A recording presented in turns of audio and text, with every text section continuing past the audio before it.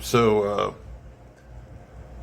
I used to do websites for people, and I even did websites for big rock stars at one point because I was a web contractor, and I had a job working for Signatures Network, and I worked for Kiss, U2, and Motley Crue. I worked on all three of those websites when I was working at Signatures Network, and I did websites where I always had a knack for gathering the right kind of photos to support or to make the website look really strong, I guess you would say.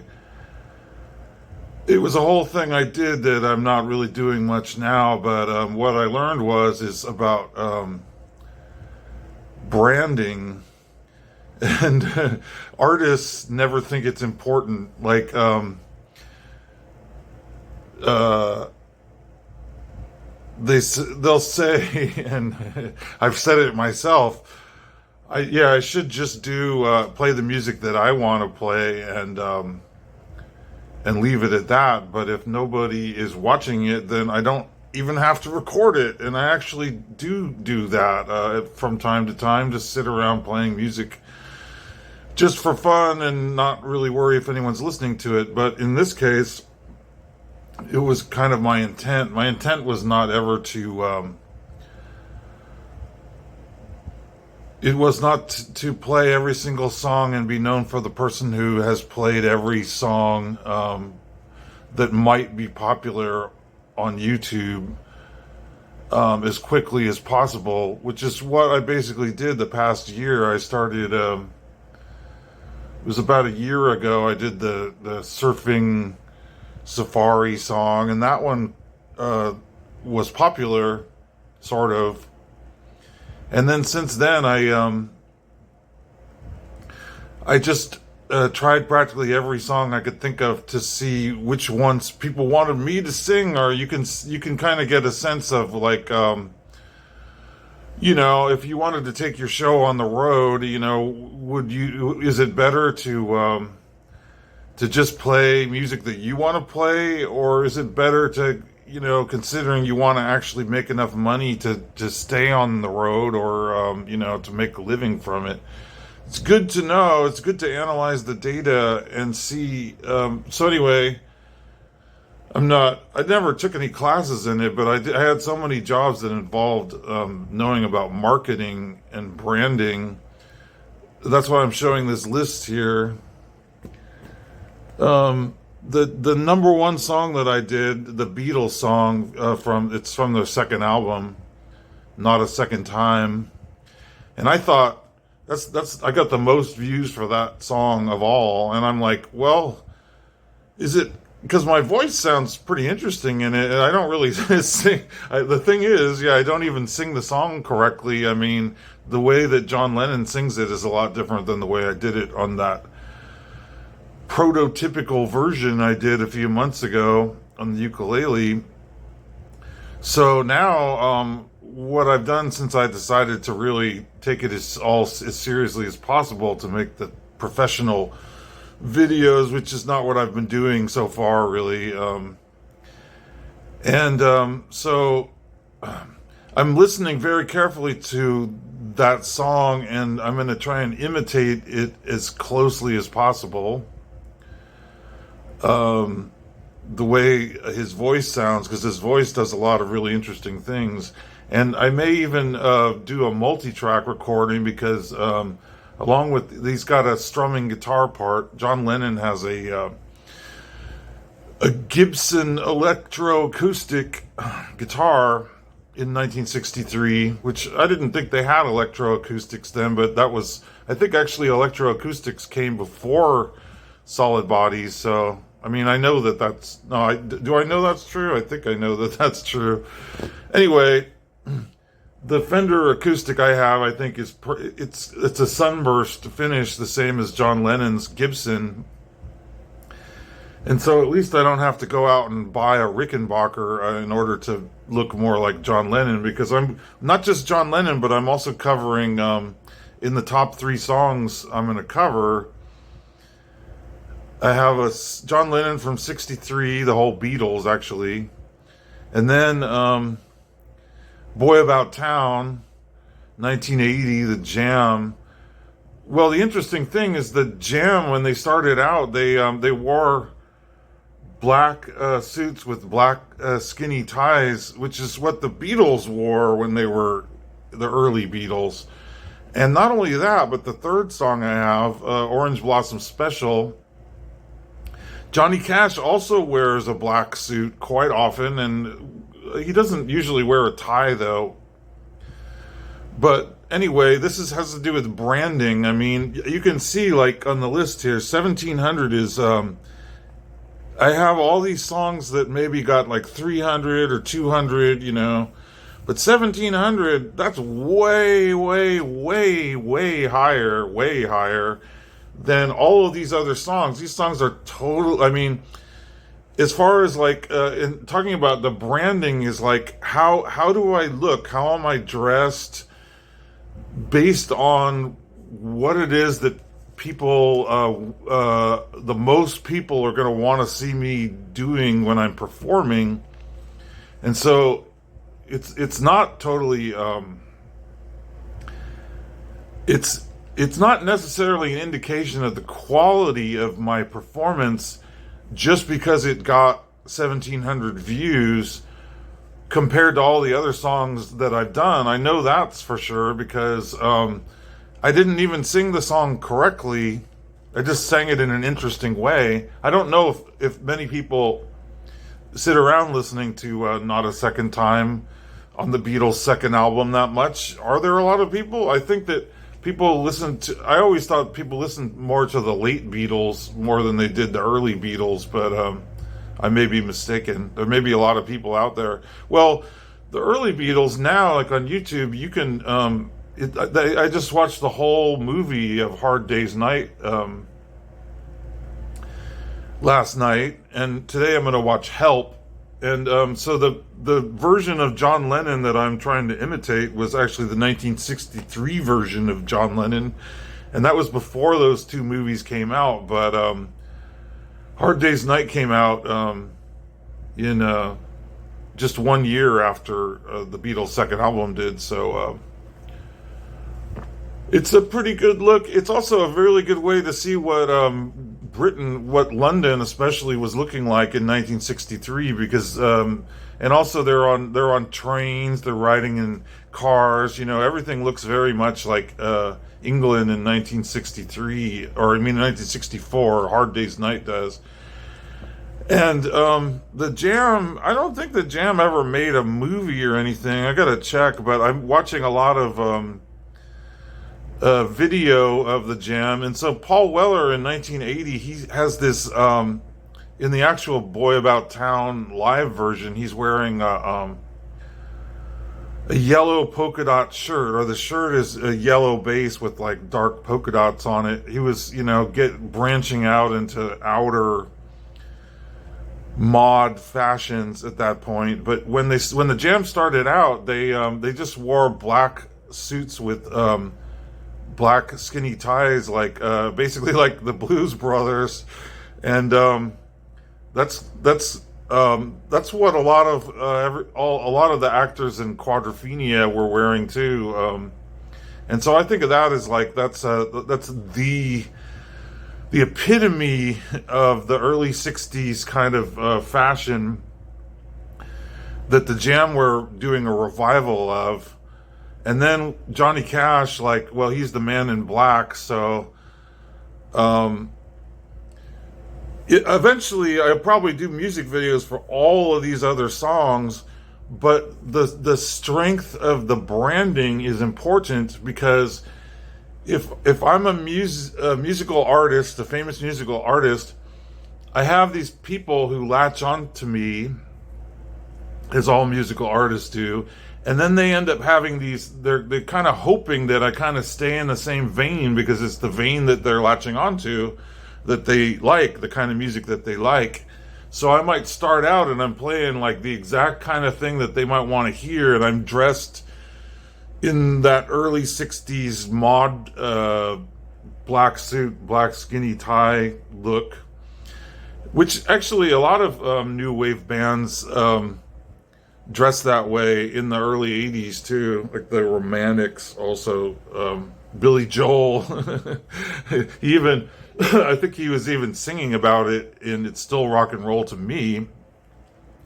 Anyway, in my case, since the top three songs I'm doing are sung by guys wearing dark suits with skinny ties, that's pretty much, it would really, really be a bad idea for me to wear some other kind of clothes when I'm doing those. I might as well just dress that way for these three songs and have that be kind of like the branded look that I'm going to use later on while I'm singing all these other songs. So the black suit with the black thin tie is my base look for my visual branding. I don't have any of the vocabulary to describe these marketing concepts that I have, but since I worked doing marketing for such a long time, I can at least explain it somehow.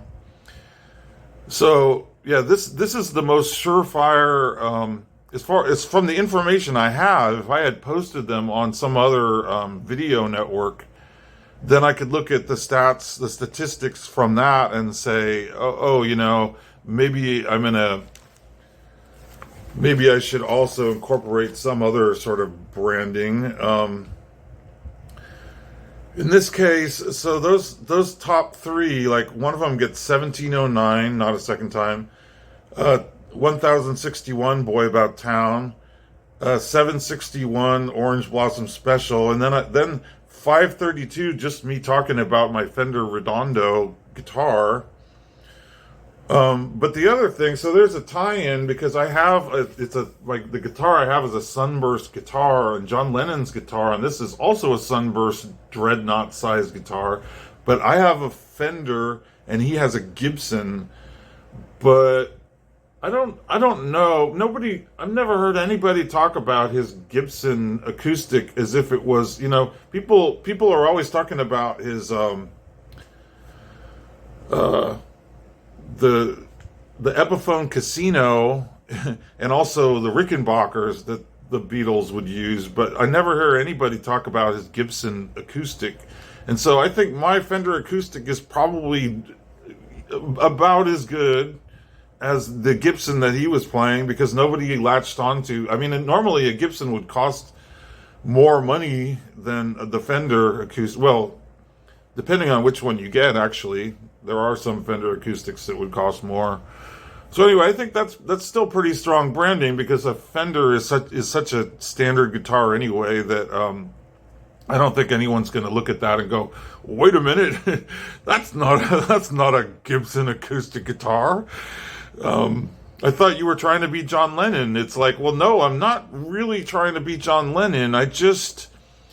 When people hear about me for the first time after they see this fantastic video that I'm going to make, I want people to be thinking that I'm doing a pretty good job imitating John Lennon. So like, I may have, even to the point where I'm going to wear the black suit, the most authentic looking kind of tie, and I also noticed in A Hard Day's Night that my sideburns are slightly too long here. I was trying to go for the Rory Gallagher look, but actually John Lennon's burns get chopped here, so the next time you see me, I'm going to have John Lennon burns.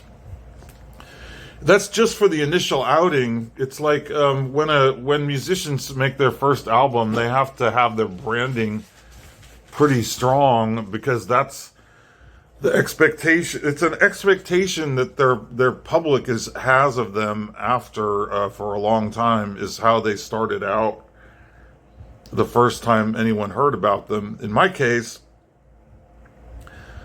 I haven't been, a super famous musician other than just being on YouTube up until now, and in part because I was totally out of practice. I wasn't really skilled enough until just like the past, well, on the guitar, I guess. I just got the guitar I'm using now, a couple of months ago, and it's actually, it's better than other guitars I've had. So the more I play it, the better I get at it. the more songs I play, the faster I can switch the chords, even if they're difficult chords. My posture gets better, everything gets better, and so at some point I'm going to be. And there's plenty of famous musicians that are not as good as I am. I can tell you, but you don't have to be a good musician to be a famous pop star. A lot of it has to do with, your overall image, like I'm saying. So there's a lot of stars, people like David Bowie, who would switch their image completely. Every album they do, he would switch his branding, so he was a different character for each one. But in my case, this would be the first time that I'm actually trying to make a commercial attempt at music, and so I'm just gonna stick to what the data reveals about me, and then later on I can play all kinds of interesting, different sort of music that might not be commercial, which I can already play in my spare time. But basically all of these, like John Lennon basically dropped his whole wearing the suit look, or at least the dark suit. He went from being like a full-on Englishman to being a hippie, his look. And by the time Let It Be came out, all of the Beatles had really long hair, and the suits they wore were much funkier, and they didn't always wear suits by then, And so that kind of branding, they pretty much ditched it. But when they started out, they had very, very, very strong branding. I mean, they were basically, when people are just getting to know you, you want to be like a cartoon character, someone who wants to be a pop star. They want to start out with a very distinctive, strong visual look, and the way that they act should be, if they're going to act a little bit too, as part of their act is to be like a character as well, then you want the way that character acts to be also in line with the way that they're dressed. And so I wouldn't, if I was going to do 5 music videos, the first 5, I'm going to be dressed the same way. Then, or even the first 10, so everyone's like, oh yeah, I know Tim Johnson. He looks like this. I'm totally familiar. I know what kind of music he does, And so that's kind of my thought on that. And then, so I'm just going to keep researching the early Beatles, because it's kind of like taking care of number one, 1701 compared to all of these ones, which are 200, and so I think that in part it's because the Beatles were basically like the number one band who made the most money who ever existed. And so it's no wonder that if I play a song, actually, no, I played a lot of other songs by them and they didn't go up to this spot. It's because they didn't really make a very good video for this song, and there's not any footage on YouTube that I've seen of them actually playing this song either, not a second time.